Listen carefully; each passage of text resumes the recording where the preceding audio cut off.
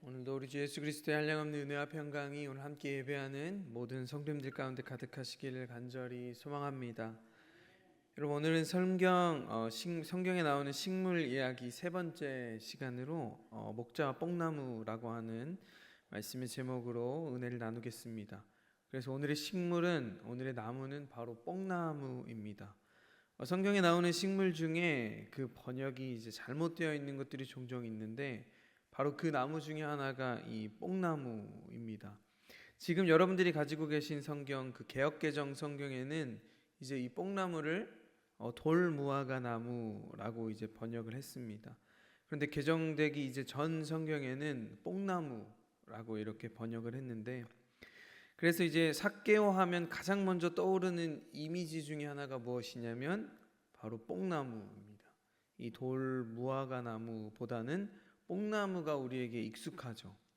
뽕나무 위에 올라가서 예수님을 바라보고 있는 그 삭개오의 모습이 마치 우리 머릿속에 이렇게 탁 이렇게 박힌 것처럼 이제 삭개오 하면 이제 뽕나무가 자연스럽게 이제 나오게 되는데, 그런데 문제는 이제 우리가 생각하는 뽕나무와 이 뽕나무라고 번역된 이스라엘에서 자라는 돌무화과 나무는 전혀 다른 나무라는 겁니다.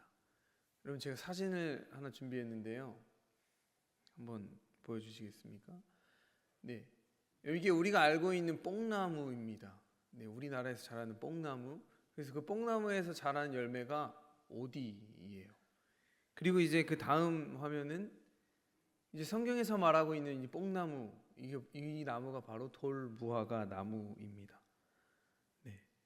그래서 오늘 우리가 읽은 본문 누가복음 19장 4절 말씀에 뭐라고 기록하냐면, 이제 앞으로 달려가 보기 위하여 돌감람나무에 올라가니 이는 예수께서 그리로 지나가시게 되밀어라 라고 이제 기록합니다. 여러분, 이제 삭개오의 이야기는 다 알고 계시죠? 예수님께서 삭개오가 살고 있는 그 마을에 이제 지나가신다는 그 소문을 삭개오가 듣게 됩니다. 그래서 예수님을 너무 보고 싶었던 삭개오. 그런데 한 가지 문제가 있었죠. 뭐냐면 키가 작아, 그리고 또 사람이 많아서 예수님을 볼 수가 없는 거죠. 그래서 삭개오가 찾아낸 방법은 잽싸게 그 뽕나무, 돌무화과 나무에 올라간 것입니다. 여러분, 삭개오의 키가 정확히 얼마 정도 되었는지 가늠할 수는 없지만 아마 그 당시 사람들의 평균보다는 작았던 거 맞는 것 같습니다. 왜냐하면 성경 누가복음 19장 3절에 아예 삭개오가 키가 작았다라고 이렇게 기록하고 있어요.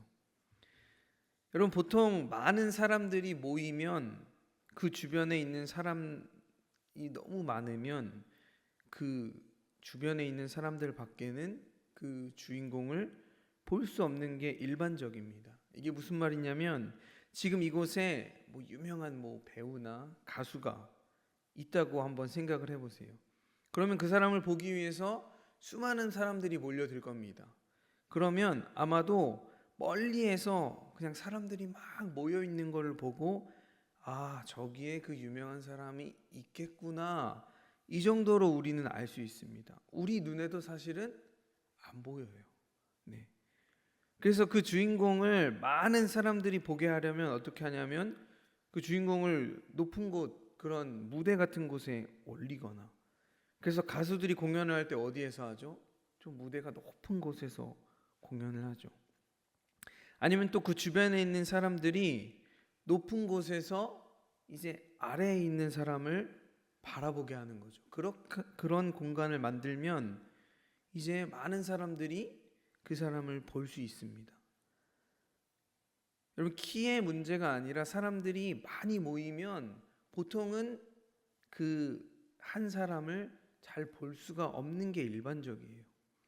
그래서 삭개오가 예수님을 더 잘 보려고 돌무화과 나무에 올라갔다, 이렇게 기록해도 사실은 사람들이 많이 모여서 삭개오가 예수님을 볼 수 없으니까 나무에 올라갔구나, 우리가 이렇게 이해할 수 있지만 성경은 뭐예요? 콕 집어서 삭개오가 키가 작았다, 이렇게 기록합니다. 여러분, 키가 커도 많은 사람이 이제 모여 있으면 볼 수가 없는데 키까지 작았으니까 얼마나 더 보기 힘들었겠습니까? 그래서 삭개오가 어디에 올라갔냐면 돌무화과 나무에 오르게 되는 겁니다.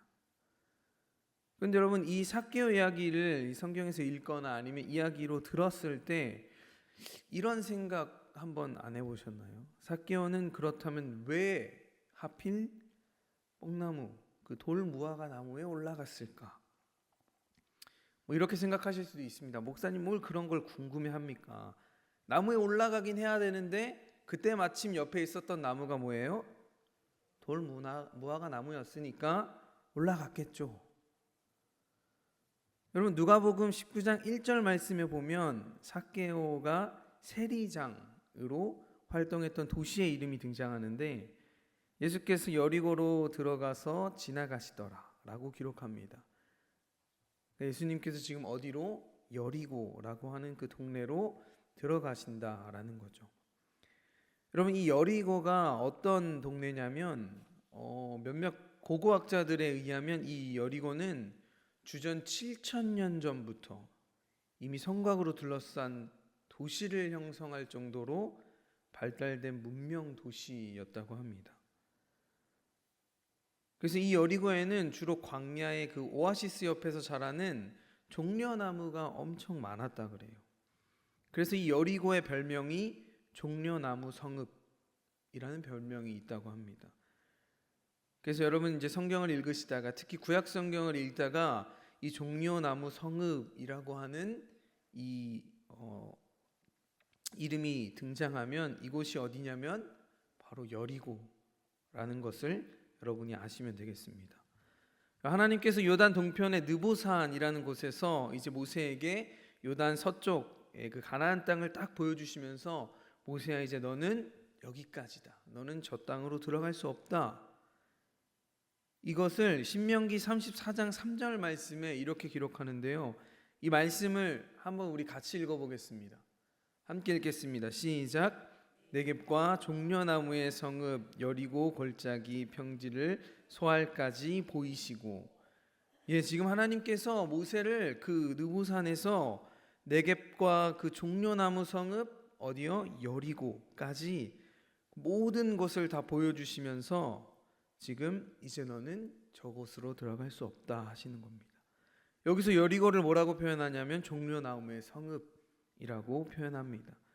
그리고 이제 사사시대에 요단 동쪽에 모압이라고 하는 그 나라의 왕, 그 왕이 에글론이었는데요.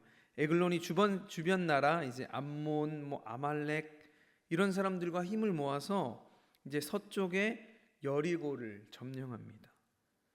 이 기록은 사사기 3장 13절 말씀에 기록되어 있는데 우리가 또 함께 읽어보겠습니다. 함께 읽겠습니다. 시작. 에글론이 암몬과 아말렉 족속들을 이스라엘을 쳐서 종려나무 성읍을 점령한지라. 여기서도 종려나무 성읍을 점령했다라고 하는데 이 종려나무 성읍이 어디냐면 바로 여리고입니다. 여러분, 여리고에 어떤 나무가 많았냐면 종려나무가 많았어요. 여러분, 돌무화과 나무와 종려나무의 크기를 비교하면 종려나무가 훨씬 더 크고 높이 자랍니다. 그래서 제가 사진을 하나 준비했거든요. 여러분, 돌무화과 나무가 두 개 중에 어떤 나무일까요? 네, 조금 작아 보이는 거. 종려나무는 길쭉길쭉한 나무가 종려나무입니다. 여러분, 종려나무는 보통 한 20에서 30m까지 자란대요. 크게는 최대 40m가 넘는 것도 있다고 합니다.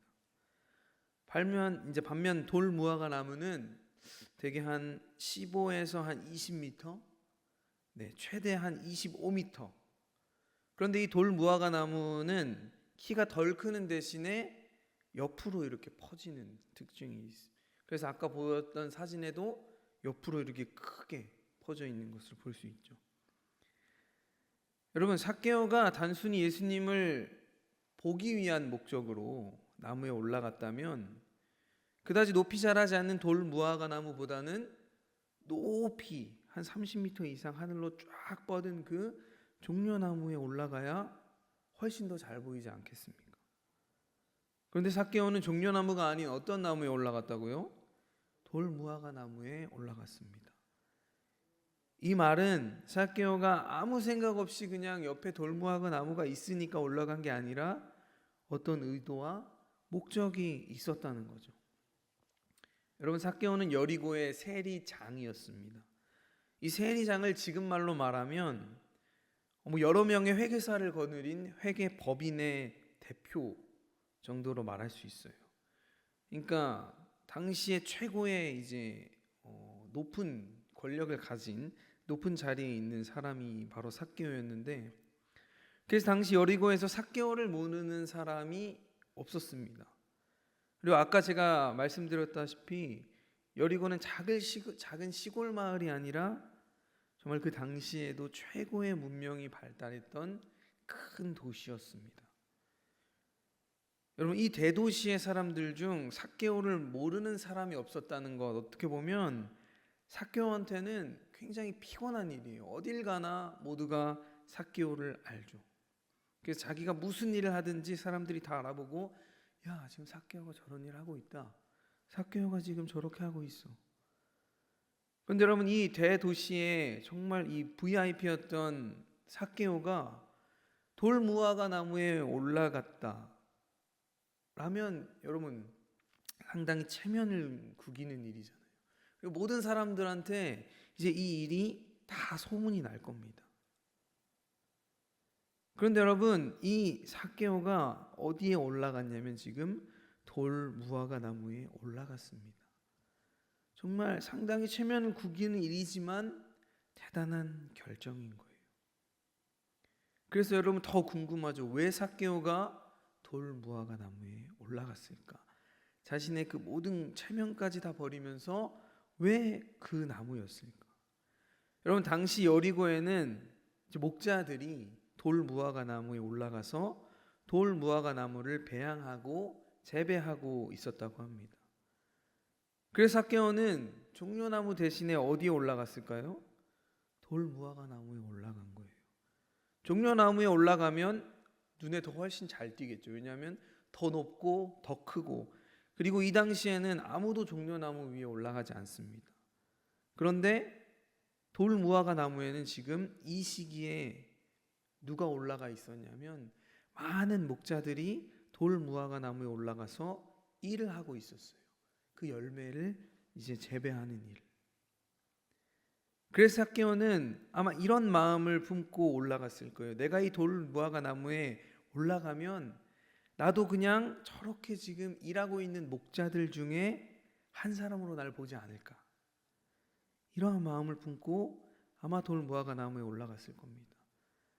나를 알아보는 사람이 아예 없을 수는 없겠지만 그래도 모르는 사람이 있을 거예요. 왜냐하면 지금 나 말고도 많은 사람들이 돌무화과 나무에 올라가 있으니까. 그래서 삭개오는 나름의 이제 체면을 지키면서 이제 보고 싶은 예수님을 볼 수 있는 최고의 방법을 아마 택한 셈입니다. 여러분, 그렇다면 이 시기에 목자들은 왜 돌무화과 나무에 올라가서 나무를 재배하고 있었을까 하는 겁니다. 그래서 제가 오늘 말씀의 제목을 목자와 뽕나무, 이 돌감람나무라고 이제 정했는데, 과연 이 당시에 이스라엘의 목자들과 이 돌감람나무는 어떤 관계가 있고 또 이 관계를 통해서 하나님께서는 우리에게 어떤 깨달음을 주시는지 그것에 대해 오늘 생각해 보도록 하겠습니다. 여러분, 아모스 선지자를 아시죠? 아모스 선지자는 이제 남유다의 우시야 왕, 그리고 북이스라엘에는 여로보암 2세가 통치하는 그 시대에 활동했던 선지자입니다. 이 아모스는 남유다에 속한 그 베들레헴의 한 마을이었던 드고아라고 하는 지역 출신이었는데, 이 남유다 출신 선지자 아모스가 어디에 가서 하나님의 말씀을 전하냐면 북이스라엘, 그것도 그 당시 최고의 성소였던 베델에서 하나님의 말씀을 대언합니다. 여러분, 이 모습을 보고 누가 화가 날까요? 북이스라엘 베델의 제사장이 화가 날 겁니다. 그 당시에 제사장이 누구였냐면 아마샤라는 제사장이었는데, 그래서 아마샤는 아모스에게 이렇게 얘기해요. 아모스 7장 12절과 13절 말씀에 예언자야 너는 유대 땅으로 도망쳐라. 유다에 가서 거기서 예언하며 벌어먹어라. 더 이상 베델에서는 예언하지 말고 이곳은 여로보암 왕의 성소며 왕의 궁궐이다. 그러니까 제발 유대 땅으로 돌아가라. 이렇게 얘기합니다. 여러분 이 말을 들은 아모스가 어떻게 이야기하냐면 아모스 7장 14절 말씀에 이렇게 얘기해요. 나는 선지자가 아니며 선지자의 아들도 아니라 나는 목자요 뽕나무를 재배하는 자라. 여러분 지금 아모스가 자기를 뭐라고 소개하냐면 자신을 목자고 뽕나무를 재배하는 사람이다. 이렇게 소개하고 있습니다. 아마 우리가 이스라엘의 문화를 알고 있는 사람들이었다면 이스라엘에서 목자들의 생활이 어떠했는지 그리고 뽕나무 재배가 어떤 의미를 가진지 바로 알 수 있었을 것입니다. 하지만 우리는 전혀 이 말이 무슨 의미인지 모르죠. 그저 그냥 문자 그대로 목자고 뽕나무를 재배하는 사람, 그냥 이 정도로밖에 이해할 수가 없습니다. 여러분 아모스가 지금 목자라고 했는데 이스라엘에서 목자란 어떤 직업이었냐면 이스라엘 백성들은 아브라함 때부터 쭉 계속해서 무엇을 했냐면 목축을 했습니다. 그래서 이제 요셉을 따라서 이집트에 이제 내려갔을 때 나일강 동편에 그 목초지였던 고센 땅에서 계속 목축업을 했습니다. 그런데 성경에 뭐라고 나오냐면 이 당시 이집트 사람들은 목축업을 가증히 여겼다라고 기록해요. 창세기 46장 34절 말씀인데 우리 이 말씀도 함께 읽어보겠습니다. 시작. 당신들은 이르기를 주의 종들은 어렸을 때부터 지금까지 목축하는 자들이온데 우리와 우리 손조가 다 그러하니이다.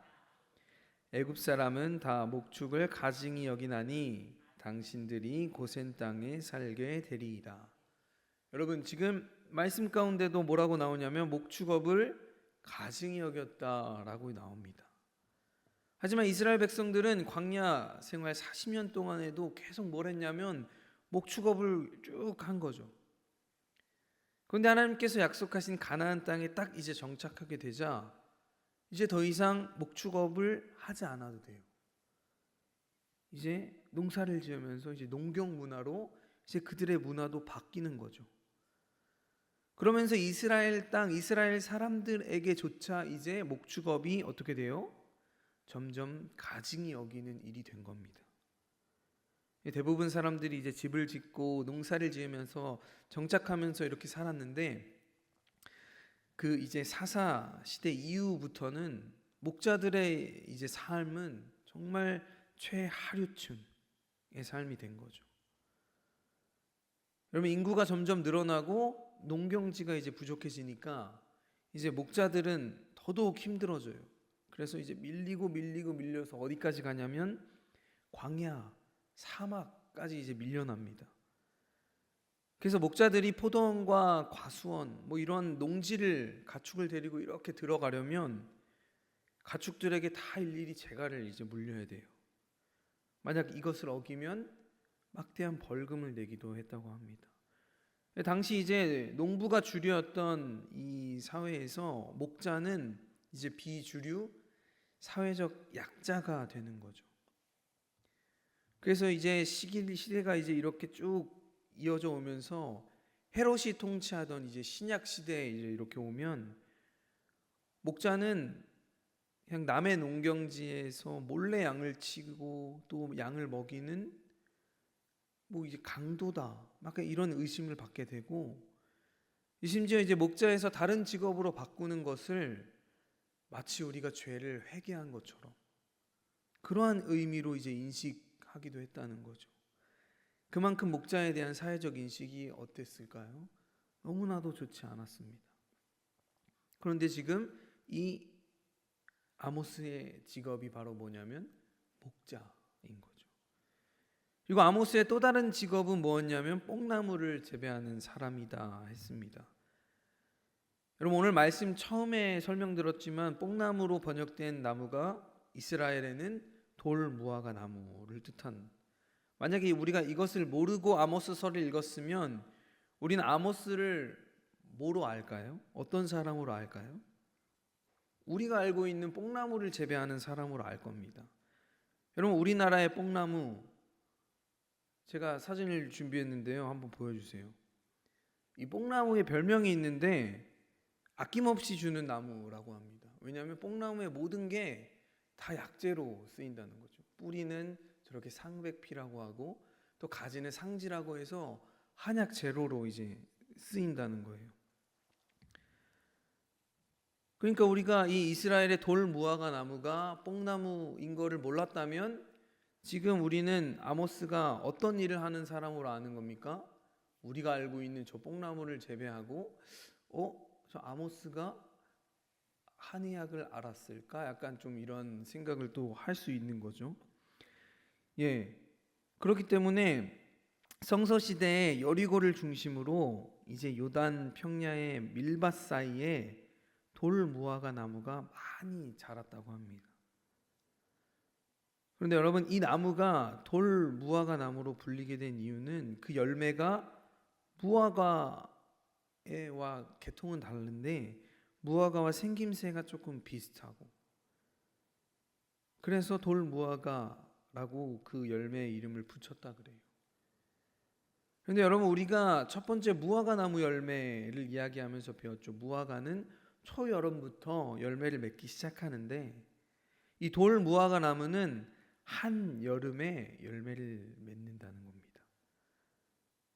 근데 여러분 문제가 뭐냐면 이 돌무화과 나무의 이 열매는 그냥 두면 떫어서 먹지 못합니다.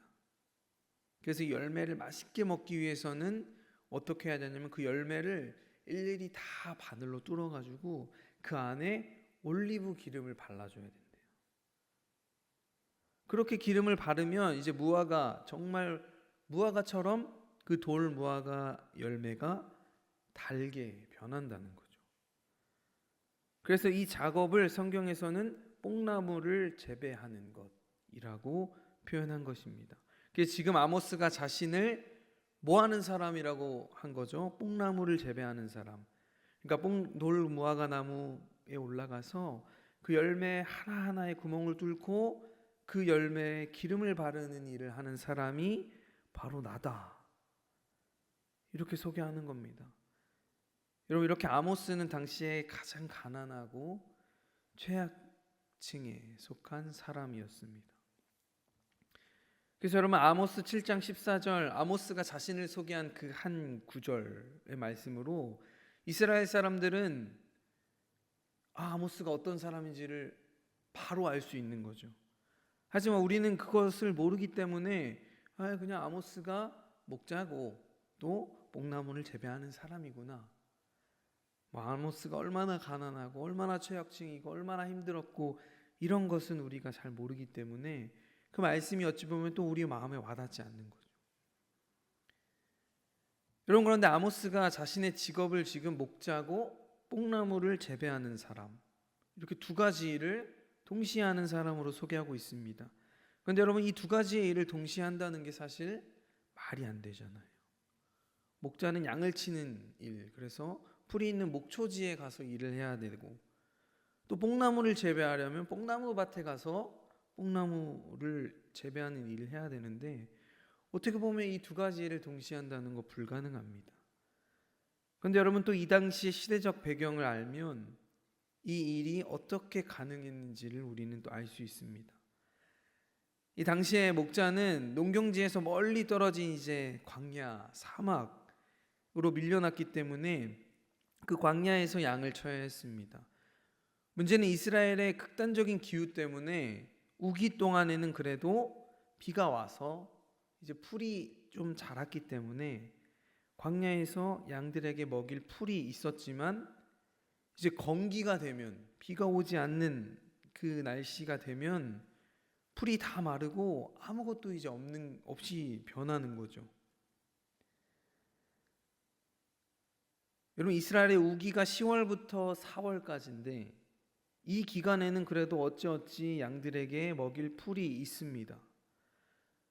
그런데 이제 4월 이후부터 비가 안 오는 이 건기가 시작되면 이때부터 이제 목자들은 고민이 시작되는 거예요. 이 건기를 우리가 어떻게 버틸까? 여러분, 건기가 시작되면 광야에 남아있는 풀이 최대 한 7에서 8주, 그러니까 한 2달 정도는 버틸 수 있다 그래요. 그래서 이 2달을 이제 양들을 잘 몰아가지고 이제 광야에 있는 풀을 다 먹이는 거죠. 그런데 이제 건기가 시작되고 한 7주에서 8주가 지나면 이스라엘의 7.7절이 시작됩니다. 그런데 이때가 이제 이스라엘의 밀을 추수하는 시기예요. 이제 목자들은 사람들이 밀을 추수할 때까지 이렇게 기다립니다. 왜냐하면 추수가 다 끝나면 이제 그 밀밭으로 양들을 이렇게 데리고 가요.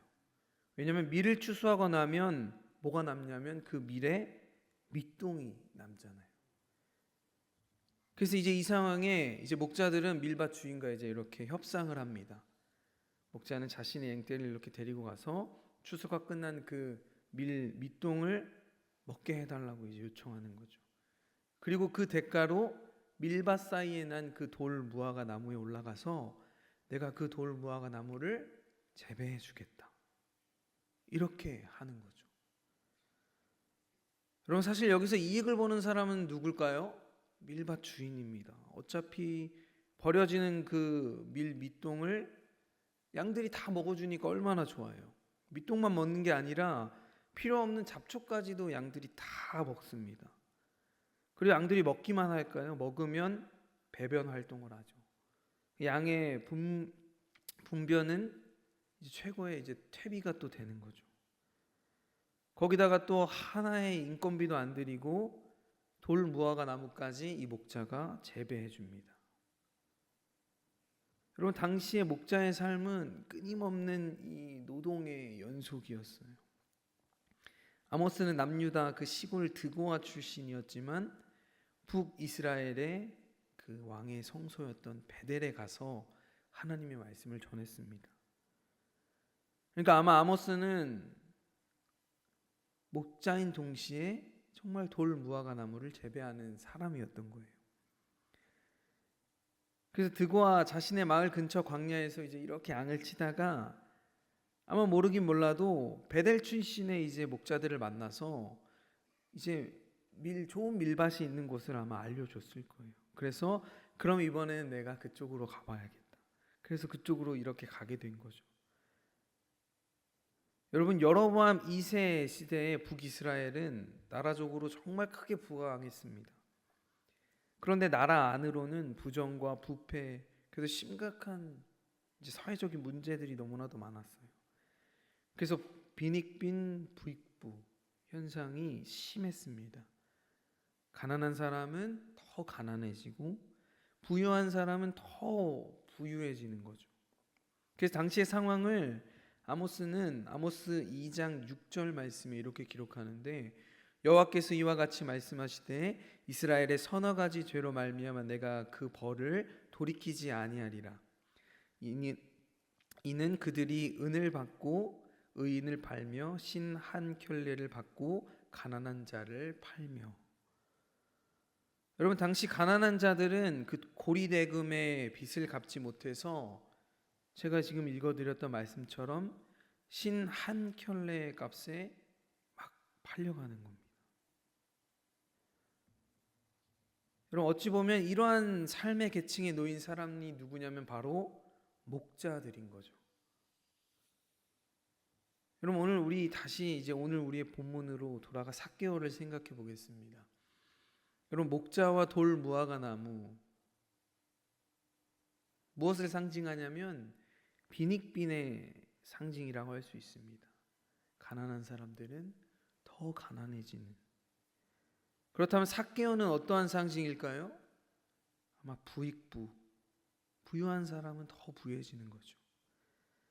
그런데 그 삭개오가 지금 자신을 돌 무화과 나무에 올라가서 돌 무화과 나무를 재배하는 목자 중에 하나처럼 봐줬으면 하는 그러한 마음이 있고, 그러한 마음으로 지금 어디에 올라갔냐면 돌무화과 나무에 올라간 겁니다. 여러분, 삭개오가 이러한 결정을 했다는 것은 자신의 모든 것을 포기하는 것과 같은 의미입니다.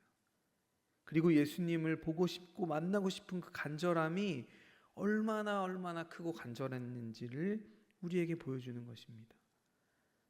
그런데 오늘 예수님께서 삭개오를 보며 이렇게 말씀하세요. 누가복음 19장 5절 말씀에 삭개오야 속히 내려오라. 내가 오늘 내 집에 유하여야 하겠다. 삭개오를 부르시는 겁니다. 내가 오늘 너희 집에 머물러야겠다. 여러분, 예수님을 만난 삭개오의 삶은 정말 180도 전혀 다른 삶이 됩니다. 누가복음 19장 8절 말씀에 삭개오가 이렇게 예수님께 얘기해요. 내 소유의 절반을 가난한 자들에게 주겠사오며 만일 누구의 것을 속여 빼앗은 일이 있으면 내 갑절이나 갚겠나이다. 자신의 소유를 다 팔아가지고 가난한 자들을 돕겠다는 겁니다. 그리고 자신의 잘못을 반성하면서 내가 속여서 빼앗은 것을 다 돌려주고 그 이상으로 변상까지 다 하겠습니다. 여러분, 사실 사람은 잘 변하지 않습니다. 그래서 같은 실수, 같은 죄를 계속 반복하죠. 그러나 사람을 변화시키는 분이 계신데 그분은 바로 우리 주 예수 그리스도이십니다. 주님 안에서 우리는 다 변화된 자들이고 앞으로도 더욱 주님께서 원하시는 모습으로 변화될 사람들입니다. 사랑하는 성도 여러분, 주님은 우리의 목자요, 또 우리를 섬기시는 분으로 오셨습니다. 그리고 주님은 십자가의 길을 통해 그 길을 우리에게 밝히 보여주셨습니다. 오늘도 예수님께서 가신 그 길을 우리에게 따라오라고 말씀하십니다. 오늘 말씀을 기억하면서 주님을 더욱 간절히 사모하시길 바랍니다. 간절히 사모하는 자에게 친히 찾아가셔서 만나주시겠다 약속하신 주님께서 오늘 삭개오를 만나주셨던 것처럼 우리를 만나주시고 또 우리의 삶이 변화된 삶으로, 그 주님께서 원하시는 주님의 제자로, 주님의 성도로 이 세상 가운데 빛과 소금으로 우리를 살아가게 하실 줄 믿습니다. 오늘 이 놀라운 은혜가 저와 여러분들 가운데 가득하시기를 주님의 이름으로 간절히 축원합니다. 지금 기도하도록 하겠습니다. 사랑과 은혜가 풍성하신 하나님, 오늘 말씀을 통해 우리에게 귀한 깨달음과 감동을 주심에 감사합니다. 여리고의 부자였던 삭개오가 돌 무화과 나무에 올라 주님을 바라보았던 것처럼 오늘 우리도 세상의 높음과 체면을 내려놓고 오직 주님을 간절히 사모하는 마음으로 나아갈 수 있도록 인도하여 주시옵소서. 아모스가 목자이자 돌 무화과 나무를 재배하던 그 겸손한 자리에서 하나님의 말씀을 붙들고 순종했던 것처럼 우리도 주어진 자리, 평범한 일상 속에서 주님의 뜻을 이루어갈 수 있도록 인도하여 주시옵소서.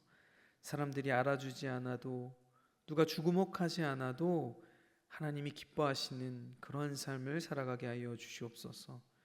오늘 삭개오가 주님을 만난 후에 모든 것을 내려놓고 돌이켰던 것처럼 우리의 마음속에 탐욕과 교만, 이기심을 내려놓고 진정으로 주님을 닮은 모습으로 변화되게 하여 주시옵소서. 그래서 주님을 만나면 우리의 인생이 바뀌고 삶의 방향이 새로워집니다. 오늘 이 시간 우리 안에도 그 변화의 은혜가 일어날 수 있도록 인도하여 주시고 오직 어디에서든 예수 그리스도의 향기가 드러내는 삶, 빛과 소금으로 살아가는 주님의 제자가 되어 나아갈 수 있도록 인도하여 주시옵소서. 감사드리며 우리 주 예수 그리스도의 이름으로 간절히 기도하옵나이다. 아멘.